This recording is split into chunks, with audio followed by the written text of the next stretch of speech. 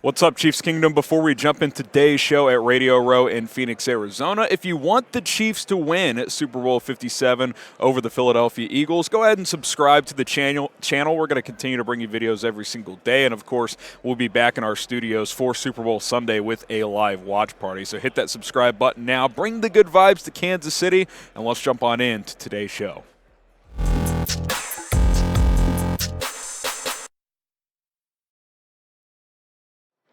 Day 3 of our coverage here at Radio Row continues. I am Harrison Graham. Welcome into the Chiefs Report by Chat Sports. Earlier today, got to go to the Chiefs media availability, spoke to 8 or 9 different players in one-on-one interview fashion, including Orlando Brown. We will hear from him in a second, as he made it pretty clear to me that he wants to stay in Kansas City. Obviously, last year he hit the open market, ended up getting franchise tagged, and that is a possibility for him once again. Obviously, the focus for Brown and this team is at the task of hand, and that is Super Bowl 57. But I did want to share with you guys my conversation with Orlando about his future in Kansas City. I know you're focused on the next 4 or 5 days for this game, but obviously last offseason you get franchise tagged. Big offseason again. Have you looked ahead? Is there thought that this could be your last game in Kansas City? What do you expect the next 3 to 4 months to bring after Sunday's game? Yeah, man, we'll see. You know, the business is the business, man. But, you know, I was brought here to win Super Bowls, and I got the opportunity to do that coming on Sunday, so I'm super excited for the opportunity. Ideally, you want to be here long term? Absolutely, man. Yep. Thank you.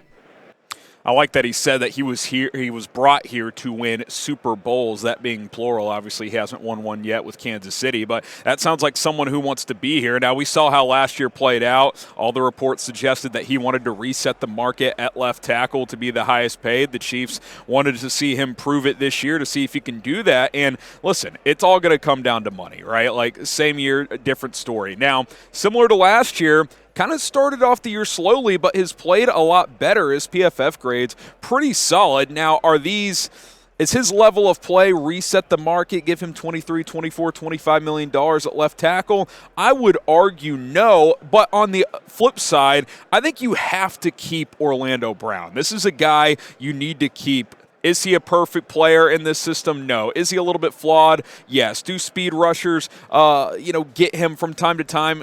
Absolutely. I think Hassan Reddick's going to be a tough matchup, and he even talked about how that is obviously going to be a challenge for him, and that defensive line is going to be a challenge for this Chiefs football team. But all things considered, how are you going to get better than Orlando Brown this offseason? You are a franchise that's trying to stay in win-now mode as long as possible. I'm not saying Orlando Brown's the difference in getting to a Super Bowl or not. What I am saying is if you lose Orlando Brown, you have question marks at right tackle already. Andrew Wiley has been solid this year. I don't know if we think he's a long-term solution, though. I think you have to prioritize Orlando Brown. He's a guy you got to keep. And listen, it may just come down to, from Kansas City side of things, like, hey, Orlando, we like you, but we don't think you're the best left tackle in football. We're just going to tag you again, because you can tag him for just under $20 million for 1 year. Yeah, you take that full number on, that $19.94 million against the cap, but would you rather do that if you're Kansas City, or give him potentially 4 years and $95 million, because that might be what it takes to secure Orlando Brown long term? So these things always come down to money. We know that. Clearly, Brown didn't get the offer he wanted last year, but he sounds like someone who wants to be here. He knows playing for this franchise is going to give him a chance to compete at the highest of level in terms of winning and losing for many years to come. So we will see how things play out beyond Super Bowl Sunday for Orlando Brown. Now, what do you guys think will happen? Because I don't think simply letting him walk in free agency is an option. Maybe they could tag and trade him, but ultimately they're going to sign him to a long-term deal, or they're going to franchise tag him again. What do you think is the outcome this time around? Type S for sign Orlando Brown, type T for tag. What should Kansas City do with Orlando Brown? Let me know down in the comments section down below. Now, I also spoke to Juan Thornhill, who's going to be a free agent. We will talk about his future here in just a moment. But another thing I talked about Juan Thornhill with is his leadership this year. He's only a fourth-year player, but when you think about the trio of rookies in the Chiefs secondary with Trent McDuffie, obviously Jaylen Watson, and Joshua Williams, Juan Thornhill has had to be a leader for this football team this year, and you can just listen to the way he talks, and he sounds like a leader, right? Here's what Juan had to say about stepping up and helping fill the void that Tyrann Mathieu left last year. Oh yeah, definitely. I was kind of forced into that role, like you said, like Tyrann and all the older guys, they left up out of here, and then we brought in a bunch of rookies, which made me the oldest guy. But it's great though. Like I really enjoy like leading these guys as much as possible. But the thing is, these guys make my job so much easier. Like they study on their own. The rookies come together. They have their own meetings. They learn the playbook, and they're not really struggling. So I'm just that type of guy that's going to be here for them. Like if they have any type of question that they don't understand, I'm here for them and just let them know. And I just want to lead by example. That's the main thing that I do. I could really feel the energy when I was talking to Juan earlier today, and he actually was the one guy who went out of his way to stand up. He's like, hey, man, I'm going to stand up, be more engaging, this and that. So appreciate his time, but he just sounds like a leader. He said it. He was kind of forced into that with how young the rest of this secondary is. I mean, you look at what this looks like right now. Yes, Justin Reid's been in the NFL longer, but A, this is his first year in Kansas City, and B, Juan Thornhill is actually older than him. And then outside of L'Jarius Sneed, who's in year 3, it's strictly rookies. And out of guys who primarily play on the back end, Trent McDuffie, rookie, Jaylen Watson, rookie, Josh Williams, Bryan Cook, all rookies, and all are playing key roles this season and in the postseason. Again, Justin Reid is a year older in terms of playing experience, but Juan Thornhill is 27 years old, and Justin Reid's only 25, and this is also Reid's first year in Kansas City. Not that Reid hasn't been a leader for this team, but Juan Thornhill has really taken it on his shoulders to be that guy, and I think that's really impressive for a player who, after his rookie year, went through some challenges, tears his ACL, took a lot of time to earn the trust back of this coaching staff. Steve Spagnuolo, remember his second year, we were all wondering, why is Dan Sorensen still getting playing time over him? And now here in year 4, comes back and plays really, really well. Happy to see that for Juan Thornhill. More on him and his future in a little bit because he is set to be a free agent. But want to remind you guys of our sportsbook partner, BetUS, as BetUS is here with all of the Super Bowl prop bets for this Super Bowl 57. But get going with an account today at chatsports.com/ChiefsBet. Plug in the promo code Chiefs125 to get a 125% deposit bonus. Put down $100. They will give you $125 for free. The betting odds for this matchup, they've held firm the last 24 hours. Eagles still 1-point favorite. The over-under set at 51 points. We'll see if that line, if that point total shifts at all between now and Super Bowl Sunday. But again, chatsports.com/ChiefsBet. And we're continuing our jersey giveaway opportunity. We have Patrick Mahomes and Travis Kelce jerseys available. So for you first-time BetUS customers, if you don't have an account yet, here's what you got to do. Create an account today by going to chatsports.com/ChiefsBet and use the promo code Chiefs125. You must use our link and promo code. Otherwise, this is null and void. Got to deposit at least $100, but hey, good news. You're going to get $125 back for free. And then once you place a bet of any kind, $5 here, $10 there, doesn't matter.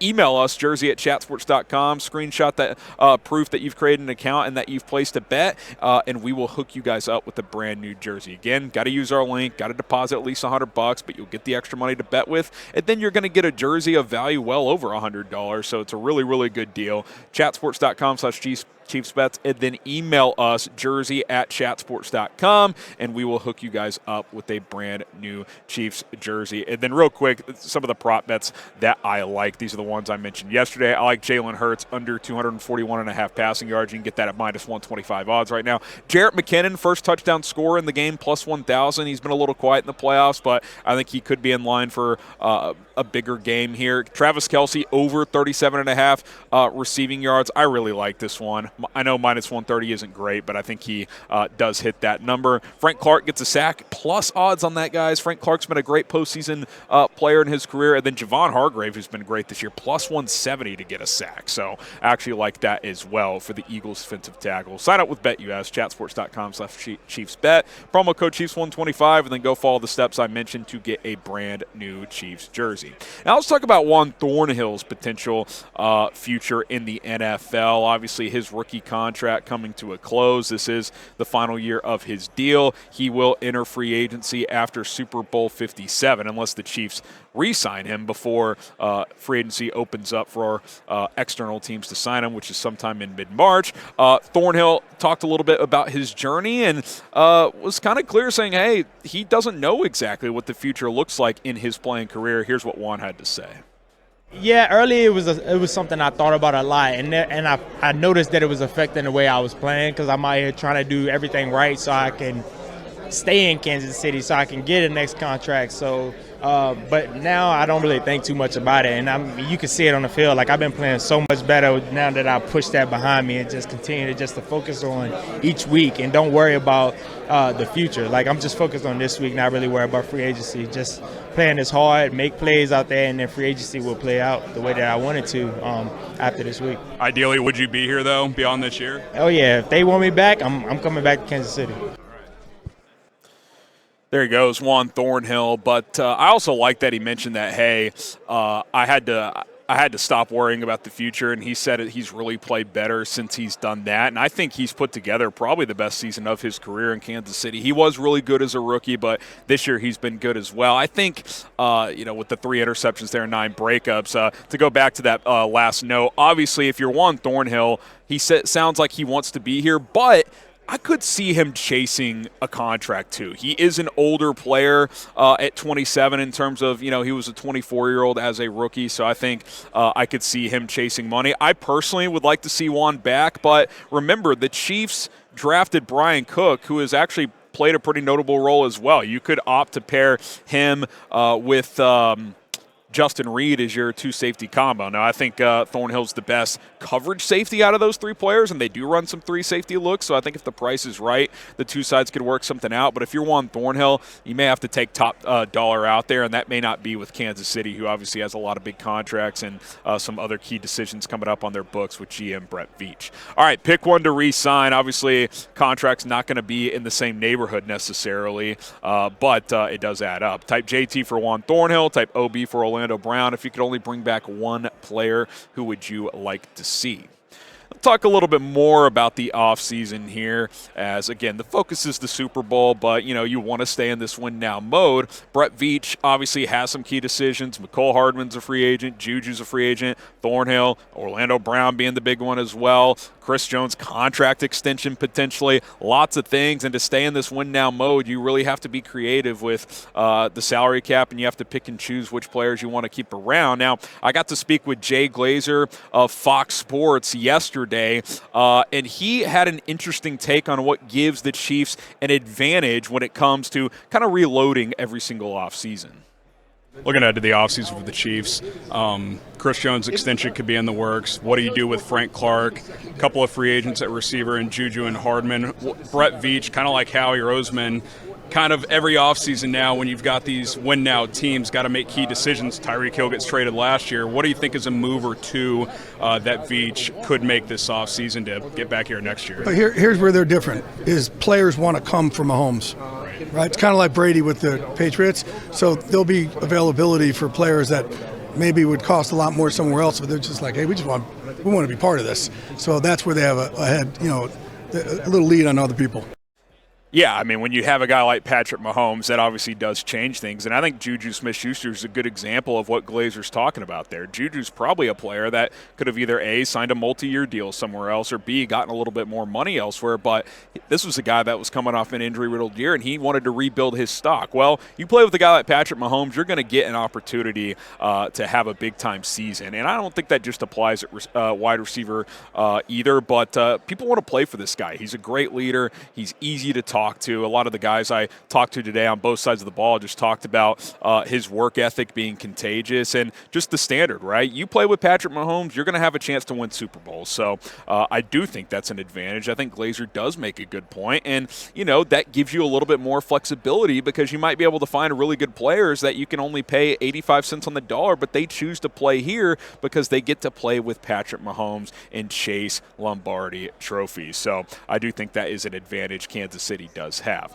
Now, before we sign off today, some injury updates heading into Super Bowl 57. Really no change from yesterday. Andy Reid said earlier today the plan is for everybody to practice. Now, guys are obviously nicked up. That includes Patrick Mahomes, who said earlier today that the ankle does feel better, but he won't know completely sure how close to 100% it is until game day on Sunday, right? Because, look, you're practicing during Super Bowl week. It's not like Mahomes is taking a lot of hits. Once he takes that first hit, once the ankle gets dinged up a bit, he'll know how healthy he is. But, again, we've talked about it.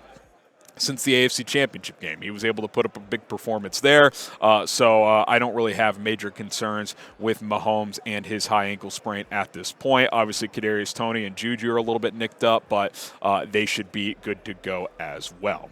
All right, where is your confidence meter for Super Bowl 57 at? Where are you at right now? 10 being you are so confident in your eyes there's no way the Chiefs lose. 1 being you're terrified, you don't think there's much of a chance the Chiefs win. I would expect some people are somewhere in the middle. Philadelphia is a game squad. They're going to be really tough to take down. I'll go 7. You got the best player. You got Mahomes. The Chiefs have been here before. This group of Chiefs players, a lot of them have been. Eagles were here 5 years ago, but their coaching staff, their players, their quarterback, that's all pretty much changed outside of Fletcher Cox and a couple other guys. It's a whole new team. So where is your confidence level at for Kansas City? Scale it from 1 to 10, and we will see you guys next time here at the Chiefs Report.